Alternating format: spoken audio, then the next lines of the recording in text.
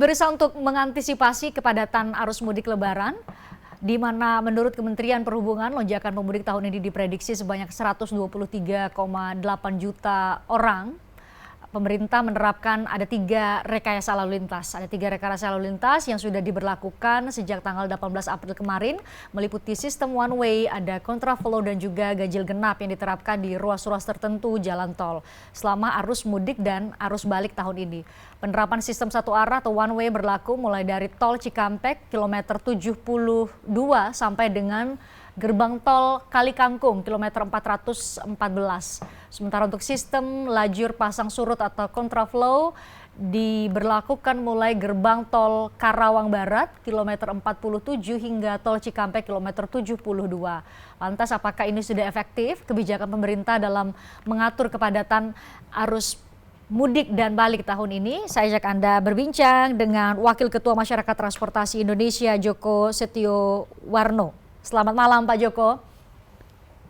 Selamat malam. Ya, Pak Joko, terima kasih sudah bergabung bersama kami di obrolan malam. Pak Joko, iya, kalau kita pantau secara visual, iya terjadi kepadatan, tapi yang kita syukuri adalah semua masih berjalan dengan seperti apa yang diprediksikan. Jadi ada terdistribusi, setidaknya ada 2 gelombang, ada yang berangkat tanggal 14 karena memang mengambil cuti lebih banyak dibanding dengan cuti bersama saat ini, dimulai dari hari ini. Anda melihat memang berbagai kebijakan itu setidaknya sejauh ini berjalan dengan baik dan sudah sesuai dengan harapan, Pak Joko?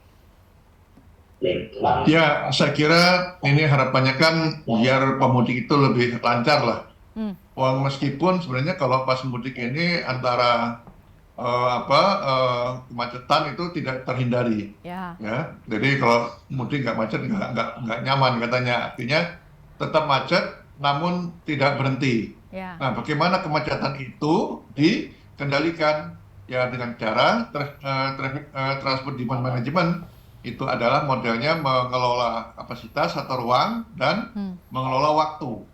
Nah, kalau mengelola ruang itu kapasitas dilakukan di Pelabuhan Merak.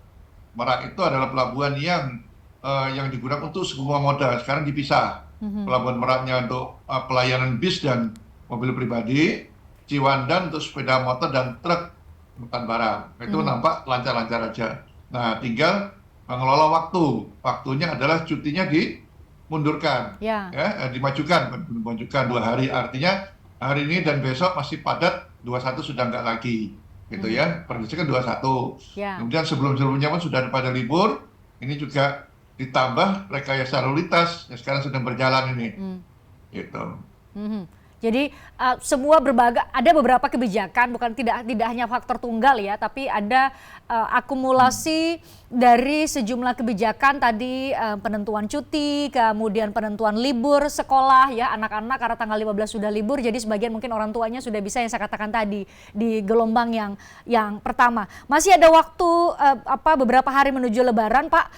Kepadatan juga masih terlihat di sejumlah titik, bisa jadi yang diterapkan kontraflow maupun one way di ruas tol kemudian akan mengalami bottleneck ketika mereka akan keluar ke daerah masing-masing di daerah Jawa Tengah, katakanlah daerah Jawa Tengah dan juga Jawa Timur, terutama karena beberapa saat ini kan ada beberapa ruas tol baru ya Pak, terutama ruas tol keluar dari Semarang menuju Yogyakarta juga ada, itu dikhawatirkan akan menjadi bottleneck.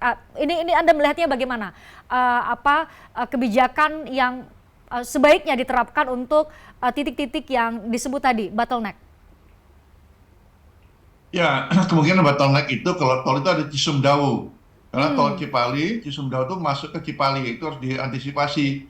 Kan Cipali sudah padat, ditambah lagi di Cisumdawu mesti itu padat, sehingga ada pengaturannya di gerbang-gerbang sebelum masuk Cisumdawu itu akan dilepas gitu ya, diutamakan yang Cipali lah. Nah, yang lain-lain juga dikeluarkan di pintu gerbang yang terdekat, biasanya begitu. Kalau masuk Jawa Tengah memang ada fungsional, tapi itu sudah Kartosuro sedikit aja, cuma 6 km, memang hindari jalur Semarang-Solo yang jalan biasa, itu biasa arteri sering macet, dengan ada fungsionalnya 6 kilo agak lumayan untuk membantu.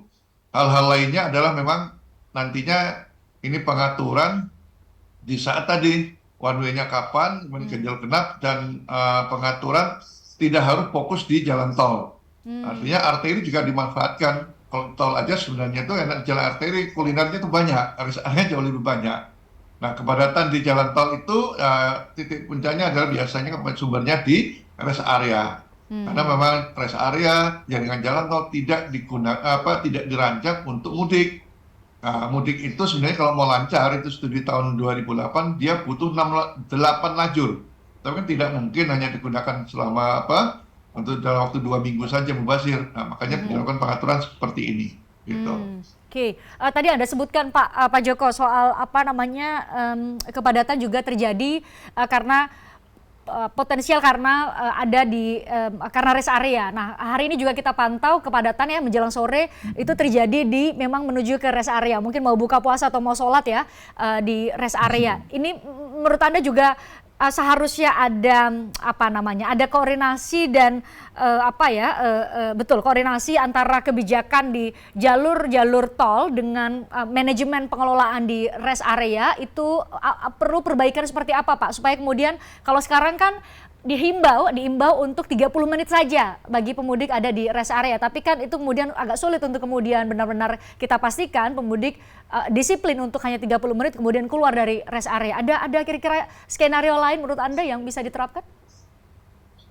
Ya, mungkin bisa diterapkan nanti kalau itu sudah penuh, ya sudah tidak usah di jalan tol, digiring aja keluar. Ya, keluar jalan tol ke gerbang biar dia tidak masuk di jalan tol. Soalnya nanti kalau di jalan tol jadi istirahat susah, akhirnya di bahu jalan. Padahal bahu jalan kan bukan untuk istirahat, itu caranya. Dan itu bisa juga di awalnya, dan itu masih penuh, mungkin di Jakarta ketika masuk, ya sumbernya tutup aja dulu pintunya, apamanya begitu ya. Biar itu lancar, baru berapa waktu berikutnya dibuka, biar masuk kembali ketimbang nanti mereka di jalan tol, disuruh keluar agak sulit. Ya mungkin karena tertentu aja disuruh keluar, biar masuk ke jalan arteri, meskipun jalan arteri ini nanti bertemu sama sepeda motor. Ini yang kadang-kadang agak malas dengan sepeda motor karena pelonjakannya cukup banyak nih sepeda motor. Ya, sepeda motor di jalur-jalur arteri.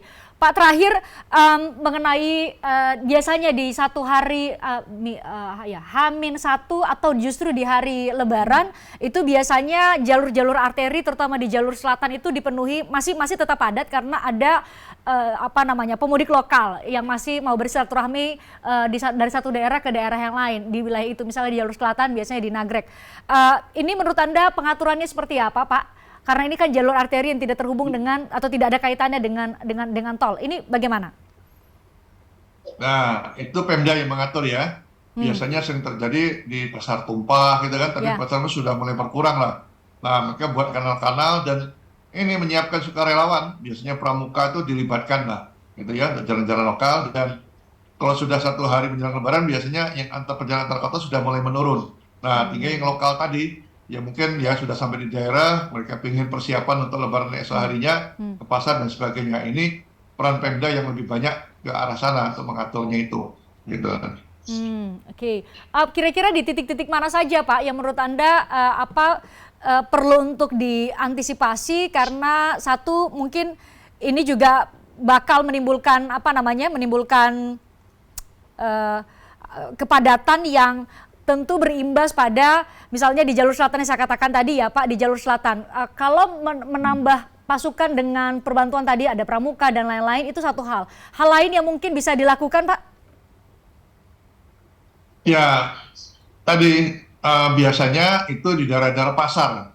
Kalau pasarnya dekat jalan utama sering terjadi kemacetan. Makanya penertiban pasar itu penting, penjagaan-penjagaan itu Manajemen agar pasar ya. lalu lintasnya lancar.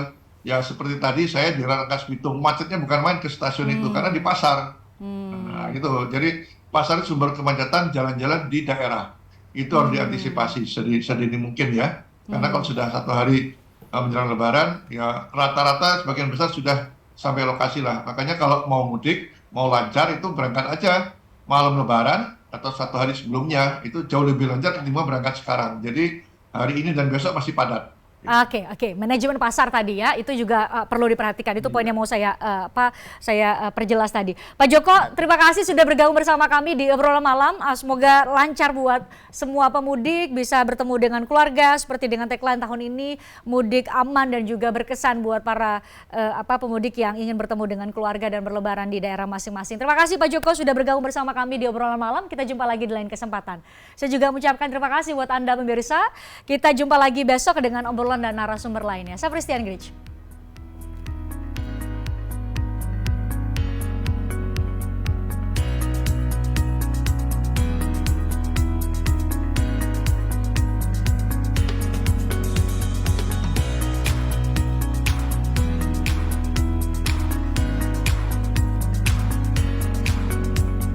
tertarik dengan diskusi saya dengan para narasumber? Saksikan obrolan malam dengan topik-topik menarik lainnya. Jangan lupa subscribe ya channel YouTube Berita Satu. Like, komen, dan share video ini ya. Terima kasih.